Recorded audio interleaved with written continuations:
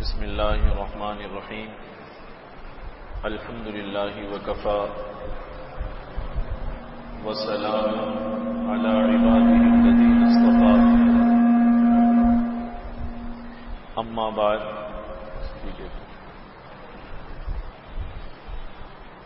آج جو نماز تراویح جو حصہ تلاوت کیا گیا ہے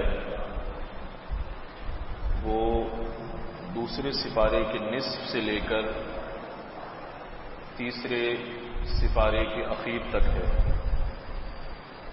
اس میں سے کچھ مضامین منتخب کیے گئے ہیں. ان مضامین میں سے ایک مضمون یہ ہے، سورۃ البقرہ میں اللہ رب العزت نے ایک واقعہ کہ یوں کہہ لیجیے کہ ایک مسئلہ اور ایک حکم ذکر فرمایا ہے. وہ مسئلہ یہ بیان کیا گیا ہے کہ ہم نے سحری کب تک کھانی ہے، اور پھر اس مسئلے کے ضمن میں ایک بڑی ہی قیمتی بات ایک واقعے سے نکلتی ہے. دیکھیے ہمارے ہاں آج کل ایک تحریک چلی ہوئی ہے، ایک رواج پڑا ہوا ہے. وہ رواج یہ ہے کہ لوگ کہتے ہیں قرآن پاک کو خود سے سمجھنا چاہیے، خود سے قرآن پاک کو سمجھنا چاہیے اپنی عقل سے. اور یہ بات وہ طبقہ کہتا ہے، یہ بات وہ طبقہ کہا کرتا ہے جو اہل علم سے اور علماء سے دور رہنا پسند کرتے ہیں، فاصلے میں رہنا پسند کرتے ہیں. وہ یہ کہتے ہیں کہ دین کے یہ علماء دین کے ٹھیکیدار تھوڑی ہیں.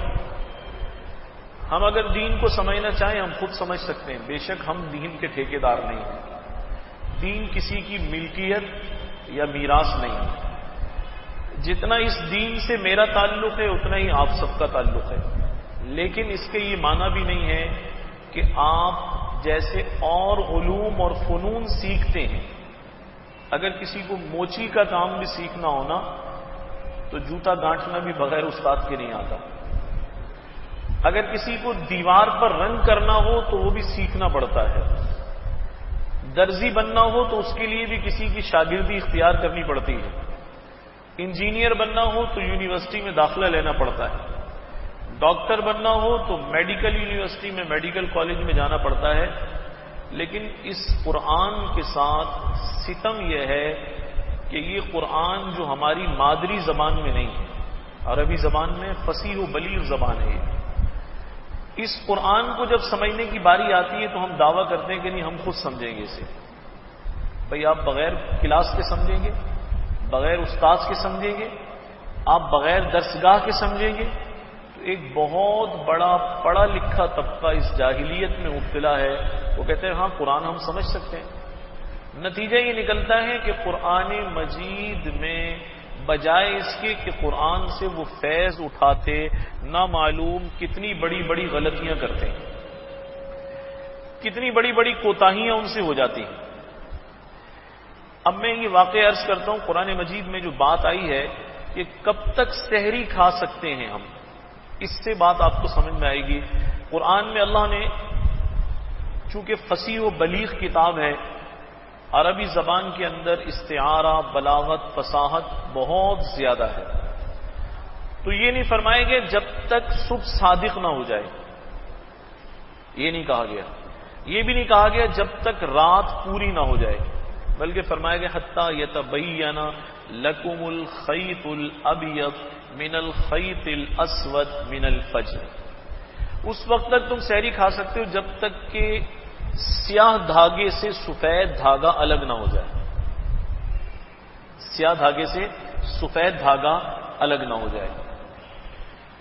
تو یہ حکم نازل ہوا ایک صحابی جو قبیلہ بنو طے سے تعلق رکھتے تھے. اور یہ بات ذہن میں رکھیں کہ یہ قبیلہ بنو طے یہ بڑے فصیح و بلیغ لوگ تھے.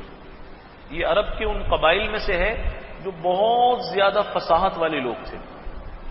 تو ایک صحابی حضرت عدی بن حاتم رضی اللہ تعالیٰ حاتم تائی کے بیٹے تھے، انہوں نے یہ آیت سنی، رات کو گھر گئے اور سحری کھانے بیٹھے اور 2 دھاگے لپیٹ کر تکیے کے نیچے ڈال دیے۔ میں ہر سال خلاصہ تفسیر میں یہ بات ضرور سناتا ہوں، اس کا مقصد ہے۔ انہوں نے دونوں دھاگے لپیٹ کر تکیے کے نیچے ڈال دیے اور کھانا کھانا شروع کیا۔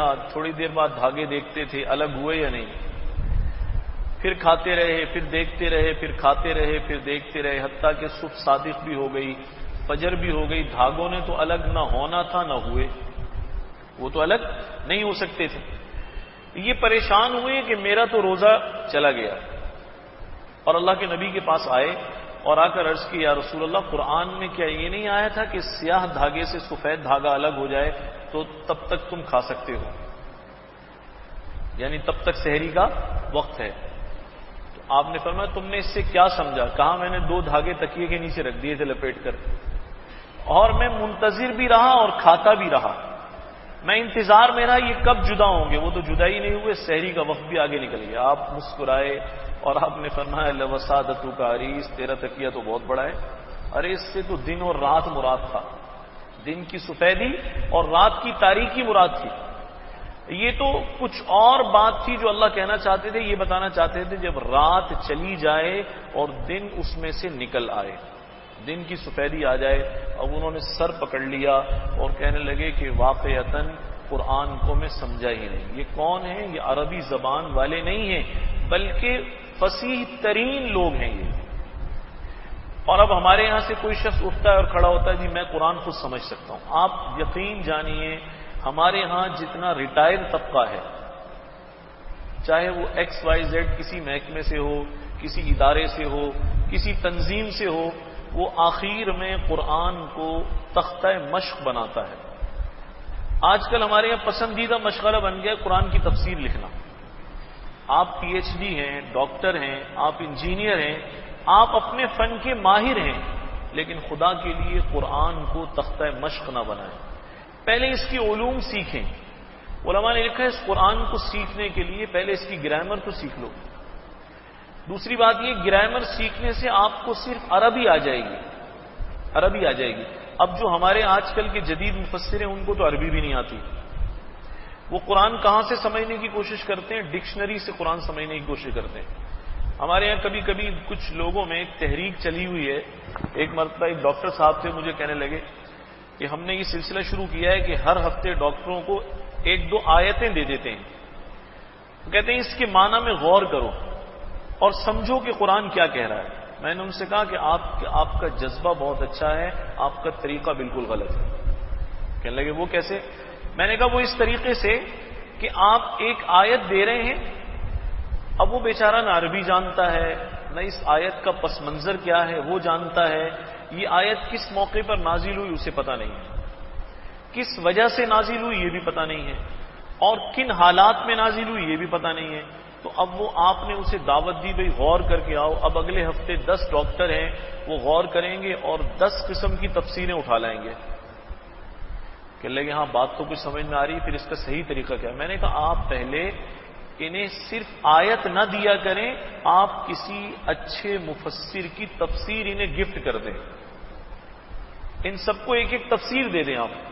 مثلا معارف القرآن ہے، معارف القرآن بھی 2 ہیں، ایک مولانا ادریس کاندلوی کا ہے اور ایک مفتی اعظم پاکستان مفتی محمد شفیع صاحب رحمۃ اللہ علیہ کا ہے۔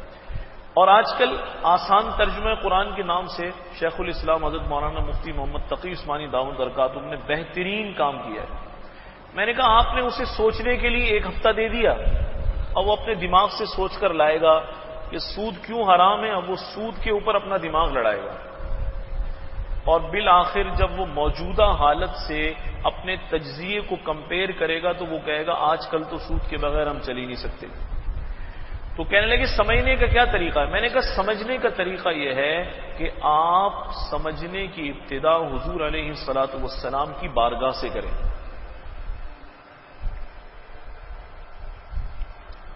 حضور علیہ الصلوۃ والسلام کی بارگاہ سے سمجھنے کی ابتدا کریں آپ۔ یعنی جب یہ آیت نازل ہوئی تھی اقیم الصلاۃ، قرآن مجید میں نماز کا حکم یا نماز کا تذکرہ 750 مرتبہ آیا ہے تفصیلاً اور اجمالاً۔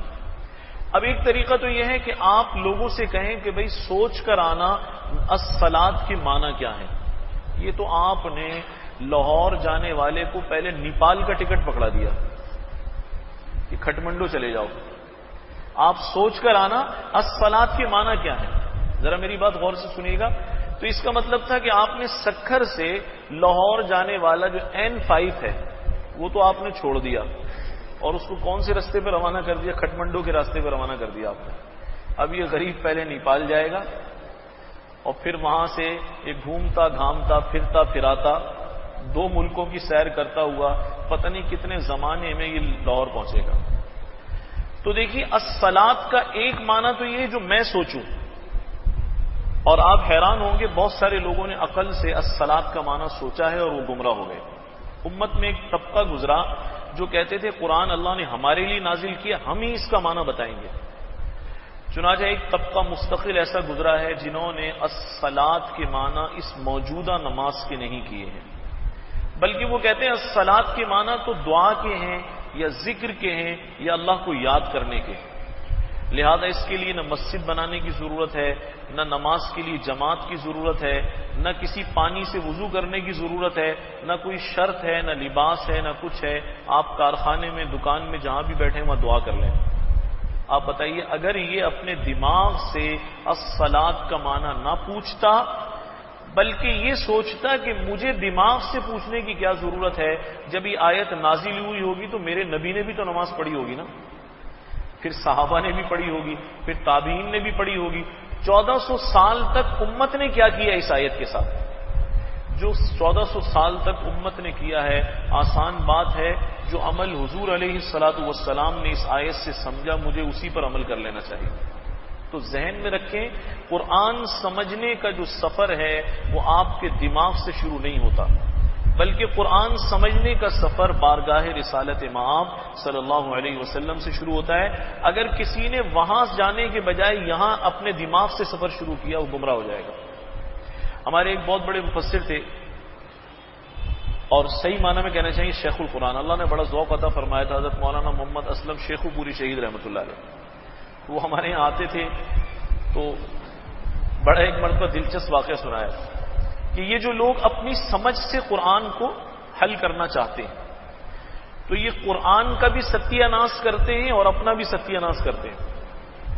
تو اگر سنانے لگے کہ ایک صاحب جو خود ساختہ مفسر تھے، اور یہ بات یاد رکھیں تفسیر بالرائے حرام ہے۔ تفسیر بالرائے یعنی قرآن کی آیت پڑھ کر پھر اپنے دماغ سے سوچ کر کہ میرے خیال میں اس کا معنی یہ ہوگا، اس کو کیا کہتے ہیں؟ رائے اور خیال۔ ایسی تفسیر کرنا حرام ہے۔ بھائی میری کیا حیثیت ہے جو میں رائے دوں؟ بلکہ ہمیں سب سے پہلے کہاں رجوع کرنا پڑے گا؟ حضور علیہ الصلاۃ والسلام سے، اس لیے کہ وہ معلم بنا کر بھیجے گئے ہیں۔ قرآن اللہ نے حضور کو سونپا ہے اور یہ ذمہ داری دی ہے وَيُعَلِّمُهُمُ الْكِتَابَ وَالْحِكْمَةَ کہ آپ کتاب کی اور حکمت کی تعلیم بھی امت کو دیجیے۔ آپ بتائیے نماز کیسے پڑھنی ہے، آپ بتائیے روزہ کیسے رکھنا ہے، آپ انہیں بتلائیے زکوٰۃ کیسے دینی ہے اور حج کیسے کرنا ہے۔ تو فرمانے لگے کہ وہ خود ساختہ مفسر تھے، خود ساختہ مفسر تھے۔ تو وہ حج پر گئے اور بیوی بھی ساتھ تھی اور خوش دامن بھی ساتھ تھی، ساس بھی ان کے ساتھ تھی۔ اب انہوں نے کہیں سے قرآن کے مطالعے میں یہ سمجھ لیا یا سن لیا کہ جی اگر جب آپ عمرہ کریں اور احرام کھولیں یا حج کریں تو بال کٹوانے پڑتے ہیں، مرد کو تو پوری ٹنڈ کرانی ہے، حلق جس کو کہتے ہیں، اور عورت کو قصر کرانا ہے، بال کو بس ایک پورے کے برابر کاٹنے۔ چونکہ یہ طبقہ علماء کے قریب آنے میں آر محسوس کرتا ہے، حالانکہ مجھے کوئی آر نہیں ہے ڈاکٹر کے پاس جانے میں، لیکن ڈاکٹر کو میرے پاس آنے میں کیا آر ہے؟ مجھے اگر گھر بنوانا ہو تو مجھے آرکیٹیکٹ کے پاس جانے میں کوئی آر نہیں ہونی چاہیے۔ تو ایسی اگر آرکیٹیکٹ کو کسی مسئلے کی ضرورت ہے تو اسے میرے پاس آنے میں کوئی آر نہیں ہونی چاہیے۔ انہوں نے یہ کام کیا، انہوں نے کہیں سے قرآن کے مطالعے میں یہ سمجھ لیا یا یہ اس نتیجے پر پہنچے کہ حلق اور قصر میں سے حلق افضل ہے۔ واقعی حلق افضل ہے لیکن مردوں کے لیے، اب انہوں نے اپنا بھی سر پہ حلق کرا دیا، بیوی کا بھی کرا دیا، اور خیر سے اپنی ساس کا بھی کرا دیا۔ پاکستان آ گئے، وہ ایئرپورٹ پر پہنچے تو لوگوں نے کہا یہ تو عجیب تماشا ہو رہا ہے، بھائی یہ کیا کیا آپ نے؟ تو کہنے لگے آپ کو پتہ نہیں حلق کرانا افضل ہے قصر سے؟ انہوں نے کہا حضور والا اگر آپ کسی صاحب علم سے پوچھ لیتے افضل ضرور ہے، لیکن کس کے لیے ہے؟ عورت کے لیے تو حرام ہے، سر مڈوانا عورت کے لیے حرام ہے اور مرد کے لیے افضل ہے۔ تو اگر انسان اپنی عقل سے قرآن سمجھنے کا سفر شروع کرے گا گمراہ ہو جائے گا۔ امت میں بے تحاشا لوگ گمراہ ہوئے ہیں، اور میں آپ کو بتاؤں عقل کی انتہا کہاں جاتی ہے۔ میں نے ایک واقعہ پڑھا، امت میں ایک ایسا فرقہ گزرا ہے جو باطنیین کہا جاتے تھے، یا اس قسم کا ان کا کوئی نام تھا۔ وہ یہ کہتے تھے کہ ہر مسئلے کو، ہر آیت کو، ہر حدیث کو، شریعت کے ہر حکم کو عقل پر پرکھ کر پھر اس پر عمل کرو۔ اگر قابل قبول ہے تو ٹھیک ہے، اگر قابل قبول نہیں ہے تو چھوڑ دو۔ حالانکہ ہمیں عقل اس لیے نہیں دی گئی تھی کہ ہم اللہ کے احکام کو بھی تول کر ہم فیصلہ دینے لگ جائیں۔ فیصلہ تو اللہ نے ہمارے بارے میں کرنا تھا، ہم نے اپنی عقل کو ترازو بنا لیا۔ بالآخر وہ شخص گمراہ ہوتا گیا، اور اتنا گمراہ ہوا ایک دن اس نے اپنے پیروکاروں کے نام خط لکھا۔ ذرا غور سے سنیے گا اس خط میں کیا لکھتا ہے۔ اس خط میں اس نے لکھا کہ مجھے اسلام کا یہ حکم بالکل لغو اور مذاق لگتا ہے کہ بہن سے شادی کیوں حرام کی گئی ہے۔ اس نے پھر یہ لکھا کہ مجھے تو یہ سمجھ میں نہیں آتا کہ ایک اجنبی عورت کو پکڑ کر گھر میں لے آتے ہیں جو نہ اس کا مزاج جانتی ہے، نہ اس کی طبیعت جانتی ہے، نہ اس کی پسند ناپسند جانتی ہے، اور وہ بہن جو بچپن سے اس کی طبیعت سے واقف ہے، مزاج سے واقف ہے، جو اس کی پسند ناپسند کو جانتی ہے، جو اس کے گھر کو زیادہ بہتر چلا سکتی ہے، اسے تو دوسرے کے حوالے کر دیتے ہیں اور ایک اجنبی عورت کو اپنے یہاں لے آتے ہیں، اور پھر کہتے ہیں گھر نہیں بستا۔ تو اس نے اپنے پیروکاروں کو حکم دیا کہ اس جاہل رسم کو ختم کر دو، اور بہن سے نکاح کرنے میں میری عقل کے مطابق کوئی خرابی نہیں۔ یہ عقل کے سفر کی انتہا ہے۔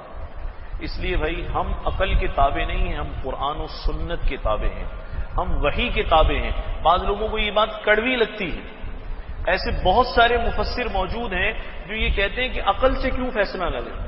نہیں بھائی نہیں، بات یہ ہے اللہ نے احکام نازل فرمائے ہیں اور معلم بنایا ہے حضور اکرم صلی اللہ علیہ وسلم۔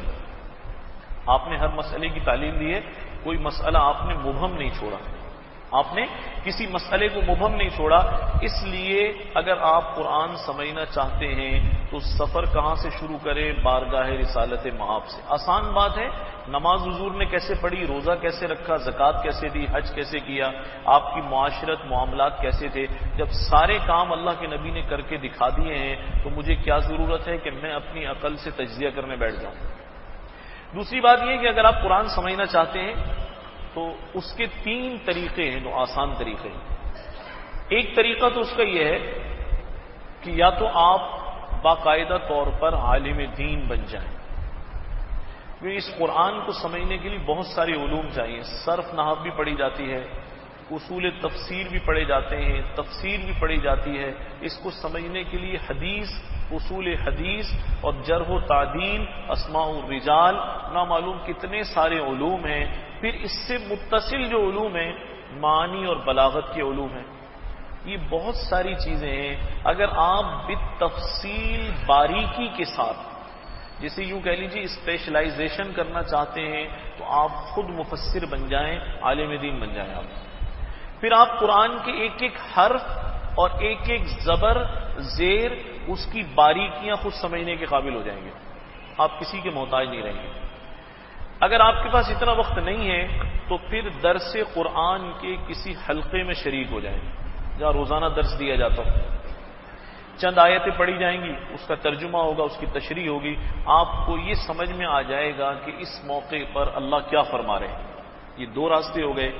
اور تیسرا راستہ یہ ہے، اگر آپ کے پاس نہ عالم بننے کا وقت ہے کہ پوری تحقیق کے ساتھ قرآن پڑھ سکیں، نہ آپ کے پاس کسی درس میں شرکت کا وقت ہے، تو تیسرا اور آسان راستہ یہ کہ کسی عالم سے پوچھ لیں کہ اس دور میں سب سے آسان اور بہترین تفسیر کون سی ہے۔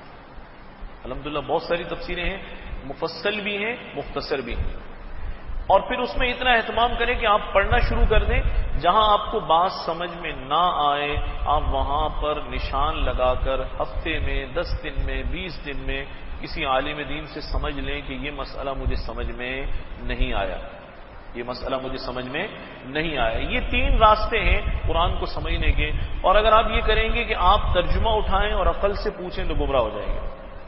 معذرت کے ساتھ اس طریقے سے کوئی موچی بھی نہیں بن سکتا، اس طریقے سے کوئی درزی بھی نہیں بن سکتا، کوئی ڈاکٹر اور انجینئر نہیں بن سکتا۔ تو بھائی قرآن تو علم کا ایک سمندر ہے، اگر کوئی اس کے ساتھ ایسا مذاق کرے گا تو یقیناً وہ گمراہ ہو جائے گا۔ اس کے علاوہ آج جو آیات گزری ہیں ان میں سود کا مسئلہ آیا ہے۔ قرآن مجید میں اللہ نے سود خور کا ذکر فرمایا ہے، الذین یاکلون الربا لا یقومون الا کما یقوم الذی یتخبطہ الشیطان من المس۔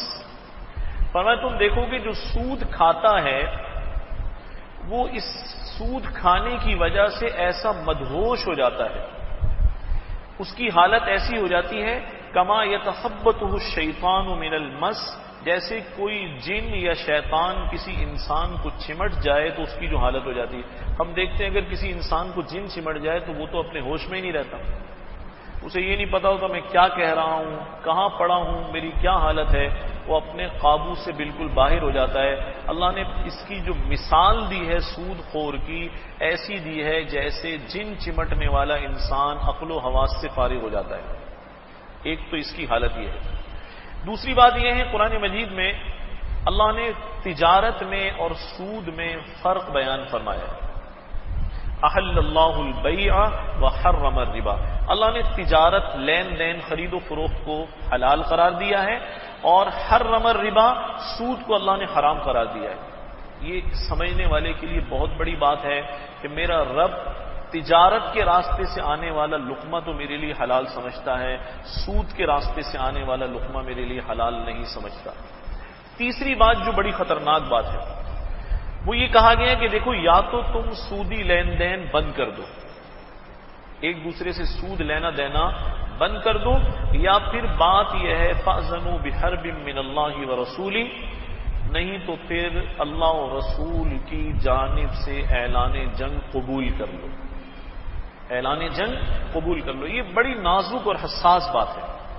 آج کل ہمارے ہاں یہ صورتحال ہے، اسلامی معاشیات کو پڑھانے کا کوئی ادارہ موجود نہیں، وہ بہت سارے اور چیزیں، بہت سارے اور علوم اور فنون پڑھاتے ہیں، لیکن ہمارے ماہرین جو معیشت ہیں یا معاشیات ہیں وہ اسلامی معیشت اور تقاضے سے بالکل نابلد ہیں۔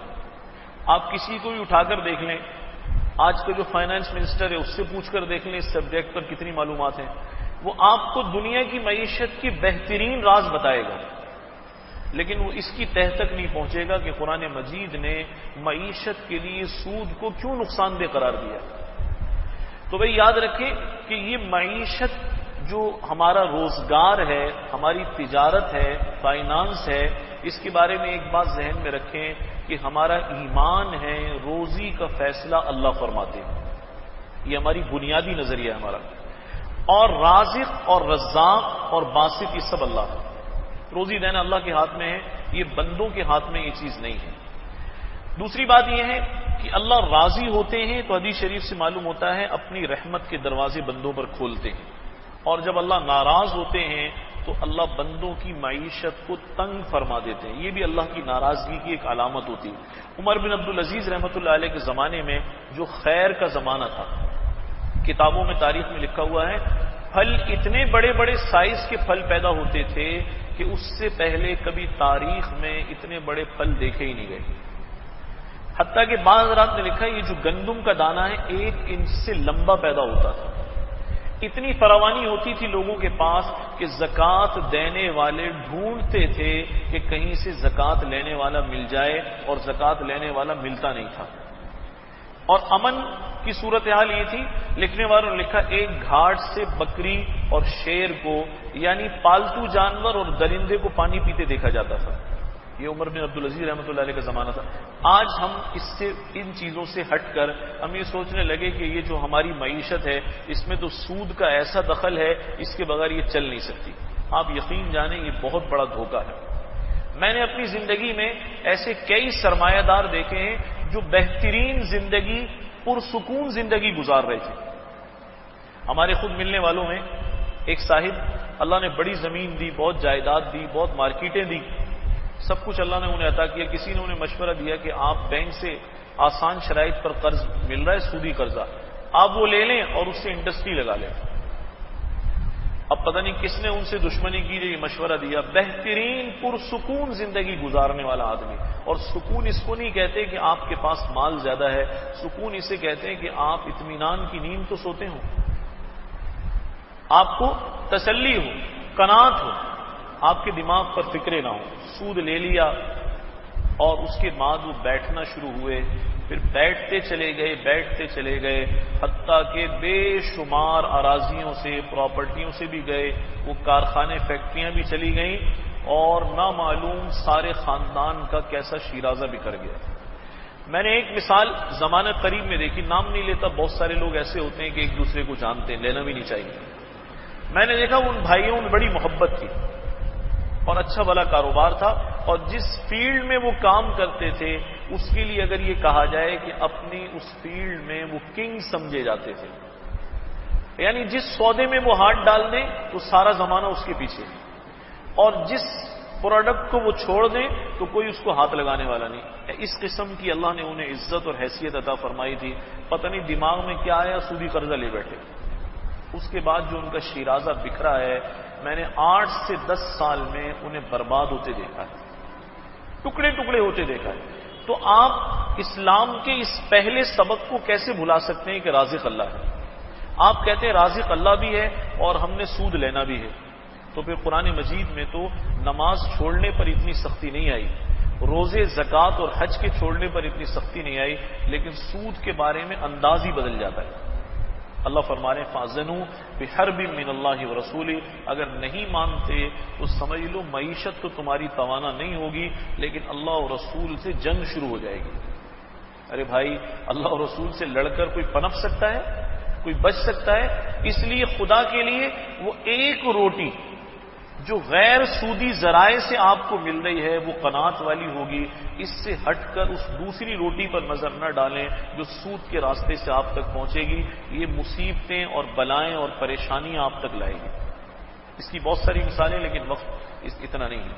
دوسرا حدیث شریف میں آتا ہے، حضور علیہ الصلوۃ والسلام نے یہ بھی فرمایا، آپ نے فرمایا کہ یہ لوگوں یاد رکھنا، سود کا ایک پیسہ کھانا اتنا خطرناک ہے، اتنا خطرناک ہے، آپ نے فرمایا ایسا ہے جیسے ایک پیسہ کھانے والے نے اتنی بھاری قیمت چکائی ہے اللہ کے ہاں، گویا کہ 36 مرتبہ اپنی ماں سے بدکاری کی۔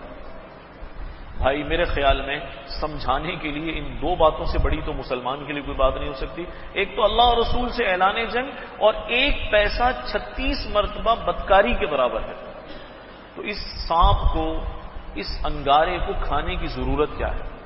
آج ہمارے ملک میں بحث چل رہی ہے، اور میں آپ سے عرض کروں اس ملک کی جو اساس ہے وہ اسلام کی بنیاد پر ہے۔ یہ اللہ نے ہمیں انعام جو عطا فرمایا تھا، یہ دو قومی نظریے کی وجہ سے، کہ ہندو الگ قوم ہے، ہم الگ قوم ہیں، ہم اس طرح سے الگ ہو جائیں کہ دین پر عمل کر سکیں۔ آج اس سبق کو ہم نے بھلا دیا، آج ہمیں جو معیشت کی جانب سے جوتے پڑ رہے ہیں۔ آپ یقین جانیں میں نے سوڈان کے حالات دیکھے ہیں، ایتھوپیا کے حالات دیکھیں۔ سوڈان میں ایک وقت ایسا تھا کہ وہاں پر 20% بجلی نہیں بنتی تھی، اور وہاں کے بازار دنیا کے پست ترین بازار تھے۔ آج سوڈان کی معاشی حالت پاکستان سے بہتر ہے۔ آپ کا بنگلہ دیش، آپ کے پڑوسی ممالک جو آپ سے کئی سو گنا پیچھے جا رہے تھے، آج وہ اتنا آگے ہیں، اتنا آگے ہیں، اور ہماری حالت یہ ہے کہ ہم شاید اللہ سے کیے ہوئے وعدے کو بھول گئے ہیں۔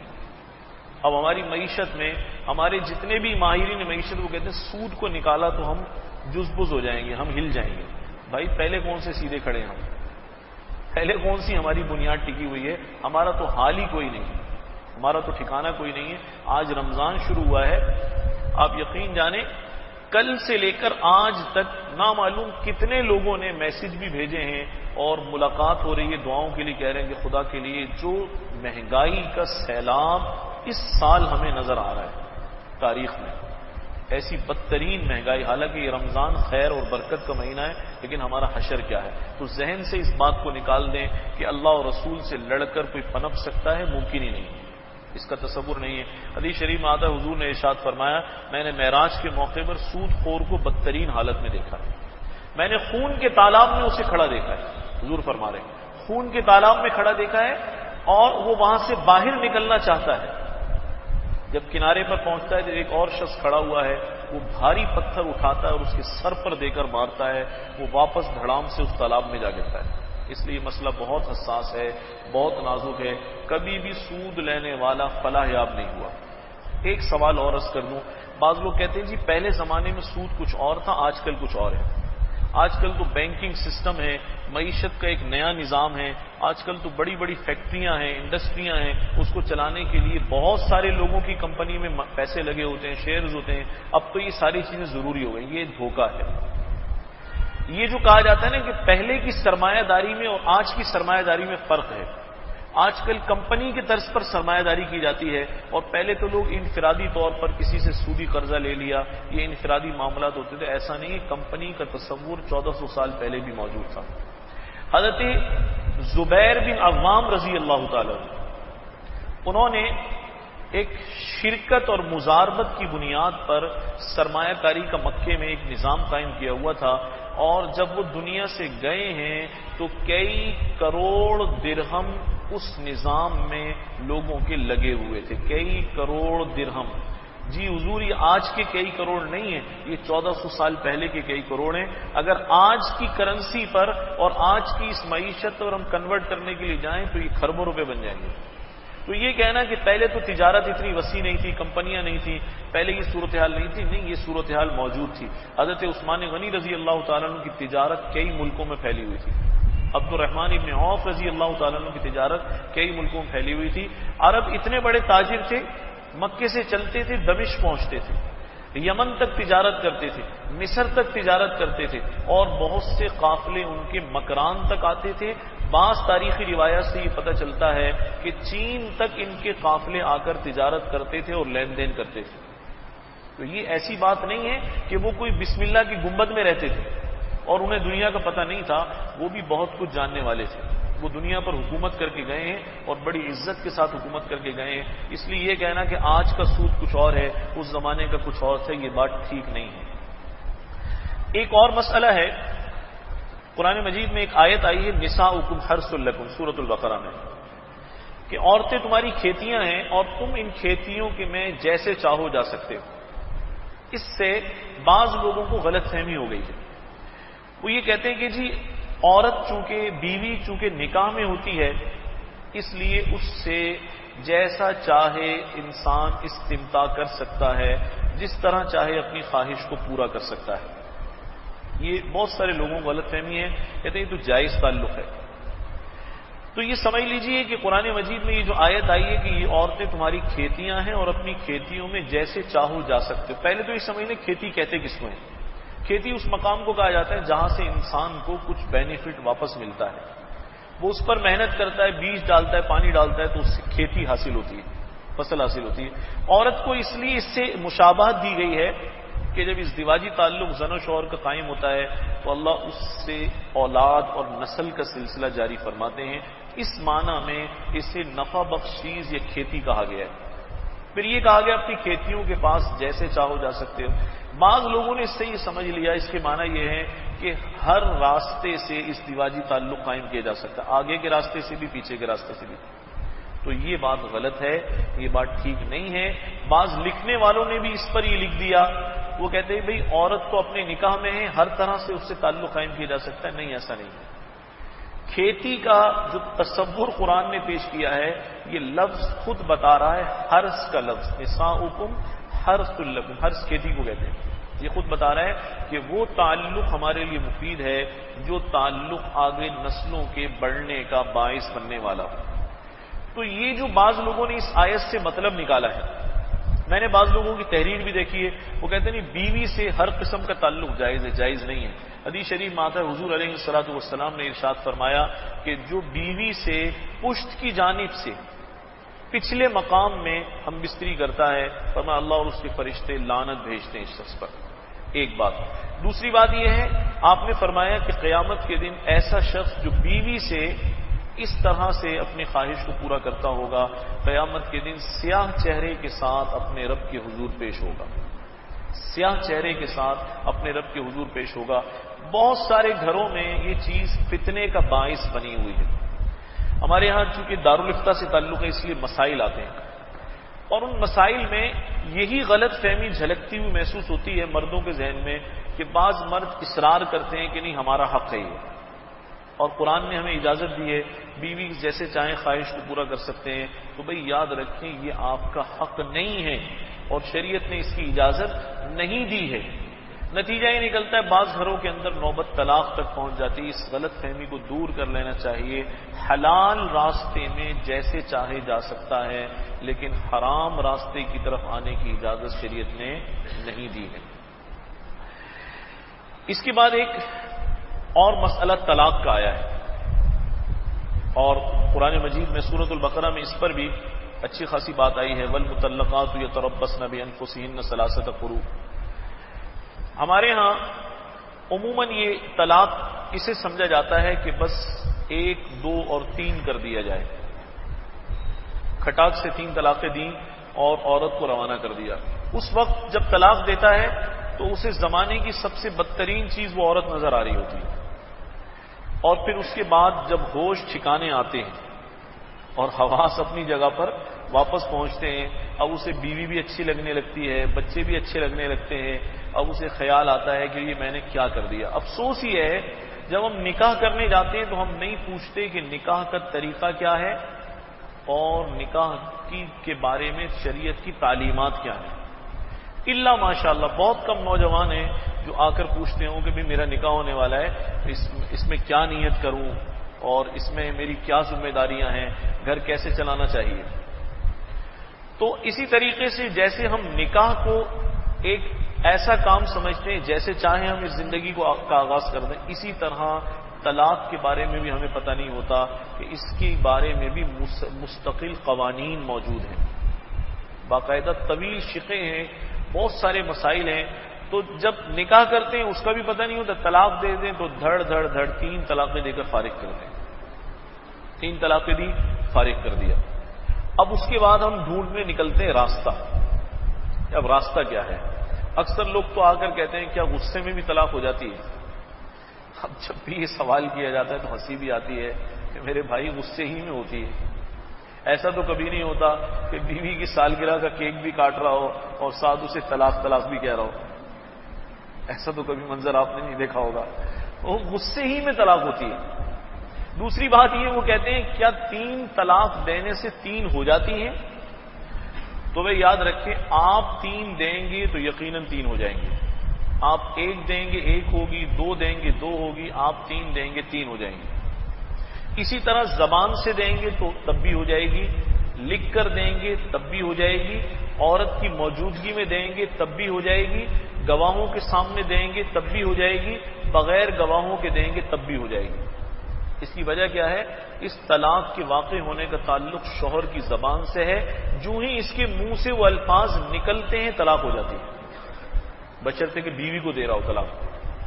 اب اس میں کسی گواہ کی ضرورت نہیں ہے، اس میں کسی گواہ کی ضرورت نہیں ہے. ہمارے ہاں آئلی قوانین بنائے گئے ایوب خان کے زمانے میں، اس میں کچھ اچھی چیزیں بھی تھیں لیکن کچھ چیزیں ایسی تھیں جو بالکل دین سے نابلد باتیں تھیں. مثلا ایک شق اس میں یہ بھی ہے جسے کبھی تسلیم نہیں کیا گیا کہ بغیر گواہوں کی طلاق قبول نہیں کی جائے گی. آپ کون ہوتے ہیں قبول نہ کرنے والے؟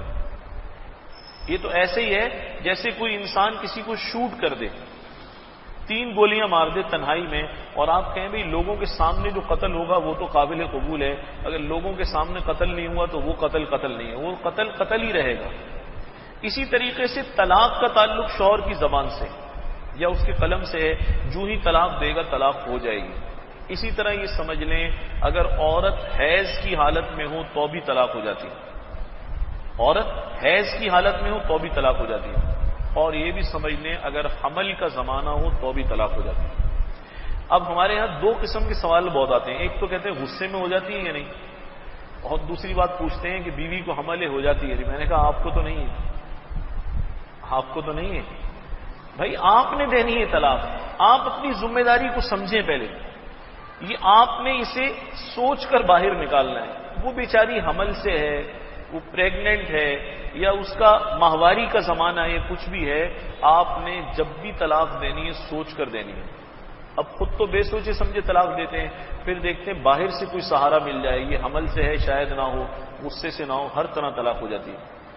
اب اس کا راستہ لوگ یہ ڈھونڈتے ہیں، کہتے ہیں کہ اس کا حل بتائیں. بھئی حل 3 طلاق کا تو نہیں ہے. بعض لوگ آ کر کہتے ہیں کہ دین میں اتنی سختی ہے کیا، کوئی حل ہی نہیں رکھا. نہیں، دین میں سختی نہیں ہے. سختی اصل میں بدقسمتی سے ہمارے اپنے اندر ہے. اگر دین میں سختی ہوتی تو شریعت 1 طلاق سے بیوی کو حرام کر دیتی. ہمیں 1 طلاق سے بیوی کو حرام کرنے کا حکم نہیں دیا گیا، بلکہ 3 موقع ہمیں دیے گئے ہیں. یہ شریعت نے ہمارے ساتھ مہربانی کی ہے، ورنہ طلاق کا لفظ تو طلاق کے لیے تھا نا. 1 مرتبہ کہنے سے بھی یہ قصہ ختم ہو سکتا تھا. لیکن اصل میں سختی آپ کے اندر ہے کہ آپ نے نہ بیوی کی رعایت کی، نہ بچوں کی رعایت کی، نہ خاندان کو دیکھا. آپ نے ایک ساتھ 3 طلاقیں دے کر اس کی اور اپنی دونوں کی زندگی خراب کر دی. تو یہ سمجھنا چاہیے طلاقیں کبھی بھی 3 نہ دی جائیں. طلاقیں کبھی بھی 3 نہ دی جائیں. اب طلاق دینے کا سنت طریقہ یا شریعت کا طریقہ کیا ہے؟ وہ طریقہ یہ ہے کہ جب بیوی کا طہر کا یعنی پاکی کا زمانہ ہو. ایک تو ہوتا ہے نا ماہواری کے دن چل رہے ہوتے ہیں، اس میں نہیں. پاکی کے زمانے میں اگر طلاق دینا ناگزیر ہو جائے، ضروری ہو جائے، تو 1 طلاق دے اور چھوڑ دے. اس کا کیا فائدہ ہوگا؟ اس کا بہت بڑا فائدہ ہے. 1 طلاق دینے کے بعد اگر آپ کو ندامت ہو گئی، آپ چاہتے ہیں کہ نہیں میں نے غلط کام کیا ہے، مجھے اتنا جذبات میں نہیں آنا چاہیے تھا، تو آپ عدت کے اندر جب چاہیں اس سے رجوع کر کے دوبارہ واپس بلا سکتے ہیں. اس کا مطلب ہے سارا اختیار آپ کے ہاتھ میں ہے. اگر بالفرض عدت گزر گئی، آپ نے نہیں بلایا، بیوی کو رجوع نہیں کیا، اب نکاح کا دروازہ کھلا ہوا ہے. اس کے بعد اگر زندگی میں کبھی ضرورت پڑے آپ دوسری طلاق استعمال کر سکتے ہیں. اس کے بعد پھر یہی اختیار باقی ہے. عدت کے اندر پھر رجوع کر سکتے ہیں، اگر عدت گزر گئی تو آپ پھر نکاح کر سکتے ہیں. اور پھر ایک اختیار تیسری طلاق کا مزید باقی ہے. لیکن ظلم یہ ہے ہمارے ہاں کہ 3 طلاق دے کر وہ پوچھتا ہے اب حل بتاؤ. اب مکان سارا مسمار کر دیا، گرا دیا، اب اس کے بعد کہتا ہے یہ قابل استعمال کیسے بنے گا؟ تو بھئی 3 طلاق دینے کے بعد کوئی راستہ واپسی کا باقی نہیں بچتا. ہمارے ہاں ایک چیز اور چل رہی ہے حلالے کی. اور یہ جو برادریوں میں فیصلے کراتے ہیں نا لوگ، یہ بھی ذرا اچھی طرح سن لیں. بعض لوگ کہتے ہیں جی گھر بس جائے گا، اچھی بات ہے، میاں بیوی کے درمیان صلح کرا دیں. تو وہ طے شدہ حلالہ کراتے ہیں. کسی شخص کے پاس گئے، اس سے کہا کہ بھئی ہم آپ کا نکاح فلاں عورت سے کرا رہے ہیں، 1 رات آپ اس کے ساتھ رہیں اور اسے طلاق دے دیں. پھر اس کی عدت گزارتے ہیں، پھر دوبارہ پہلے شوہر کے پاس لے جاتے ہیں. تو یاد رکھیں یہ کسی عورت کو 1 رات یا 2 رات کے لیے کسی کے نکاح میں دینا اور شرط لگانا کہ تم نے اسے طلاق بھی دینی ہے اور اسے ہم نے پہلے شوہر کے نکاح میں لے جانا ہے، یہ بدترین لعنت والا عمل ہے. حدیث شریف میں آتا ہے اس پر اللہ کی لعنت آئی ہے. اور اس عمل میں جتنے لوگ شریک ہوں گے، اب وہ بیچارے فیصلہ کرانے والے بھی بھاگ دوڑ کر کے حلالے کا انتظام کرا رہے ہوتے ہیں. اسے علماء اور محدثین نے ایسا عمل قرار دیا ہے جیسے وقت لے کر کسی طوائف کے ساتھ انسان وقت گزارے. یہ نکاح نہیں ہے، یہ لعنت والا عمل ہے. یہ الگ بات ہے کہ آپ نے غلط راستے سے اسے حلال کیا. اب صحیح حلالہ کیا ہے؟ یہ طے شدہ حلالہ تو غلط ہے. صحیح حلالہ جو شریعت کا پروسیس ہے وہ یہ ہے کہ عورت کو شوہر نے طلاق دے دی، یہ اپنی عدت گزار لے، یہ کہیں اور نکاح کر لے، عورت کہیں اور نکاح کر لے اور وہاں میاں بیوی جیسے رہتے ہیں ویسے رہیں. وہاں کوئی شرط نہ ہو کہ طلاق دیں گے 1 رات 2 رات یا 10-5 دن رکھ کر اس کو چھوڑ دیں گے، بلکہ وہ شادی کر لے اور دوسرے شوہر کے ساتھ رہے. اتفاق سے وہ مر جائے دوسرا شوہر یا اسے طلاق دے دے، یعنی بغیر کسی شرط کے طلاق دے دے. سال میں دے، 2 سال میں دے، 10 دن میں دے، مہینے میں دے یا 20 سال میں دے. اب اگر وہ مر گیا یا اس نے اپنی خوشی سے طلاق دے دی ہے اور اس نے اس کی عدت گزار لی ہے تو اب یہ پہلے شوہر کے پاس آ سکتی ہے. یہ تو اس کا اصلی طریقہ ہے، درست طریقہ ہے. لیکن ہمارے ہاں اس حلالے کو ایک بدترین عمل بنا دیا گیا ہے. باقاعدہ طے کرتے ہیں، ایسا آدمی تلاش کرتے ہیں جو رازداری کے ساتھ نکاح کرے اور چند گھنٹے ساتھ رہے، اس کے بعد وہ اپنے گھر ہی اپنے گھر، پتہ ہی نہ چلے کہ کب نکاح ہوا تھا اور کب حلالہ ہو گیا. یہ لعنت والا عمل ہے اور اس میں حصہ نہیں لینا چاہیے. ایسا ہمارے حضرات نے لکھا ہے جو اس حلالے کو طے کرانے والے ہیں ان کی قبریں بھی خراب ہو جائیں گی. اس لیے بھائی ایسی صلح آپ نہ کرائیں. جب راستہ انہوں نے بند کر دیا 3 طلاق دے کر، اب صلح کا کوئی سلسلہ باقی نہیں رہا. انشاءاللہ بات اس کے